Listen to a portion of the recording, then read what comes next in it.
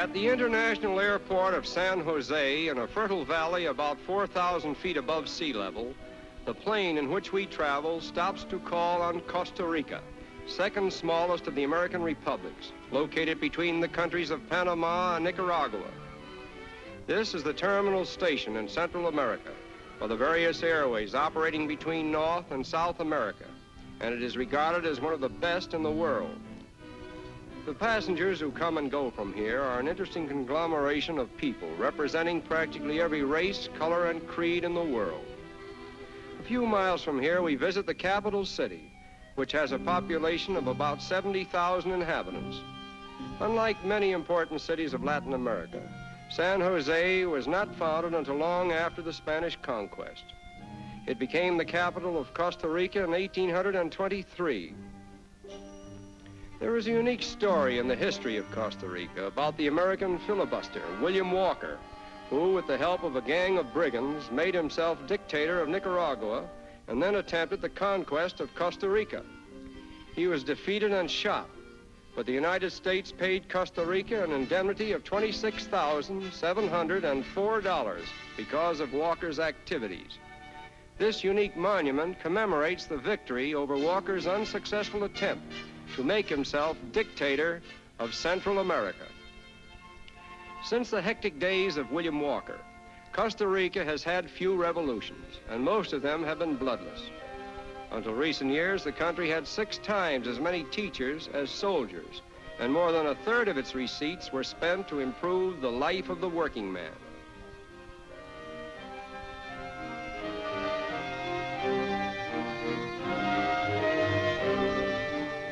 In the suburbs of San Jose may be found municipal golf courses and swimming pools, where one may enjoy the more wholesome diversions of life in peaceful seclusion.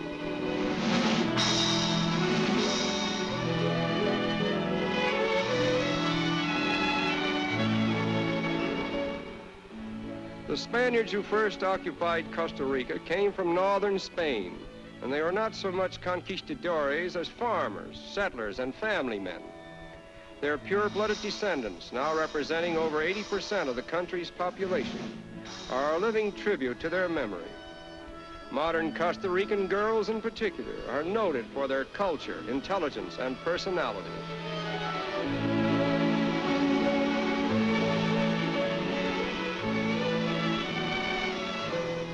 It is said there are more varieties of orchids in Costa Rica than in any other country. And although we didn't take time to verify this, we visited the farm of a famous orchid grower, where we found some outstanding examples, which may help to substantiate Costa Rica's claim to orchid fame.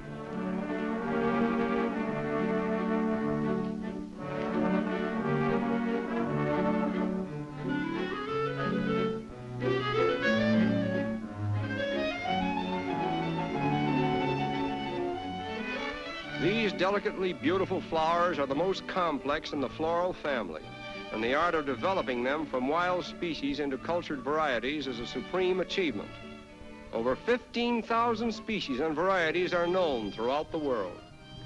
Although Costa Rica is noted for its modern highways, this quaint transportation system is still in vogue, and no small amount of the country's produce is transported in this manner. The farmers vie with each other in decorating their handmade carts, the wheels of which often look like the tops of roulette tables. Even the wooden bars that are strapped to the horns of the oxen receive their share of the painted decorations.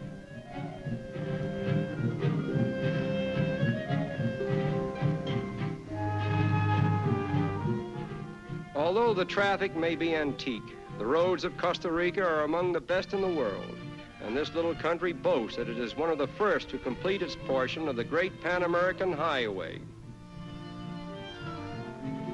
Among the scenic marvels of Costa Rica are her volcanoes, the best known of which are Poas, 9,000 feet above sea level, and possessing the largest crater in the world, and its sister volcano, Iratsu, dominating the central plateau of the country.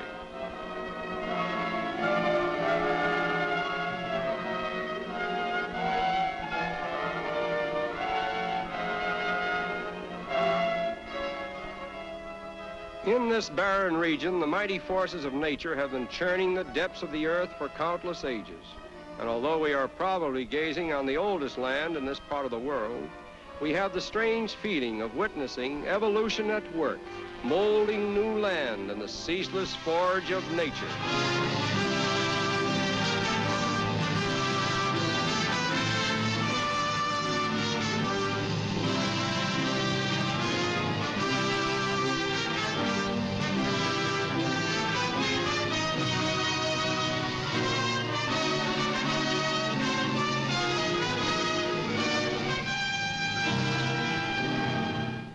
In 1502, when Columbus landed on the shores of this country, he christened it Costa Rica, meaning rich coast. But it is not the wealth of gold and silver and other valuable mineral deposits which makes Costa Rica a rich country, for mining has not been developed as a dominant industry, and the continued economic prosperity of the country is dependent upon its plantations and small farms. Next to coffee, bananas are the chief crop of export, and the investment in banana plantations is valued at over $23 million. Costa Rica was the first Central American nation to export bananas to the British Isles and Europe. This region was once a dense tropical forest, which has now succumbed to the developing hand of man. Water chemists locate supplies of water for irrigating the plants. Although about 3/4 of all American banana lands are in heavy rainfall zones, new modes in cultivation demand even more water. And in widespread use is this banana irrigation system, whereby the equivalent of 2 inches of rainfall every week is sprayed on the groves. The banana's scientific name is Musa sapientum, meaning fruit of the wise men. The Koran calls it the tree of paradise. But the banana does not grow on a tree. It is the harvest of the largest terrestrial plants, completely lacking a woody stem. A semi-bulbous plant with a leaf structure somewhat similar to that of the ordinary garden canna. The true stem is underground. It is a crop that cannot be ripened successfully on the plant, and the harvest must be cut green. On the modern banana plantation, routines of planting and pruning are such that the fruit can be cut for market every week and virtually every calendar day of the year, thereby making it a perpetual harvest.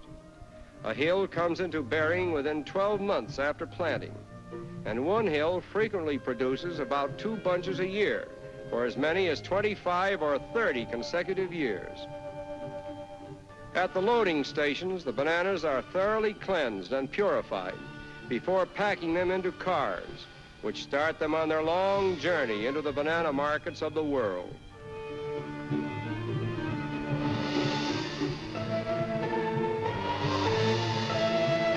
And so life goes on in this banana realm, where a fruit that was practically unheard of in northern countries a century ago is now a staple food in the diet of mankind.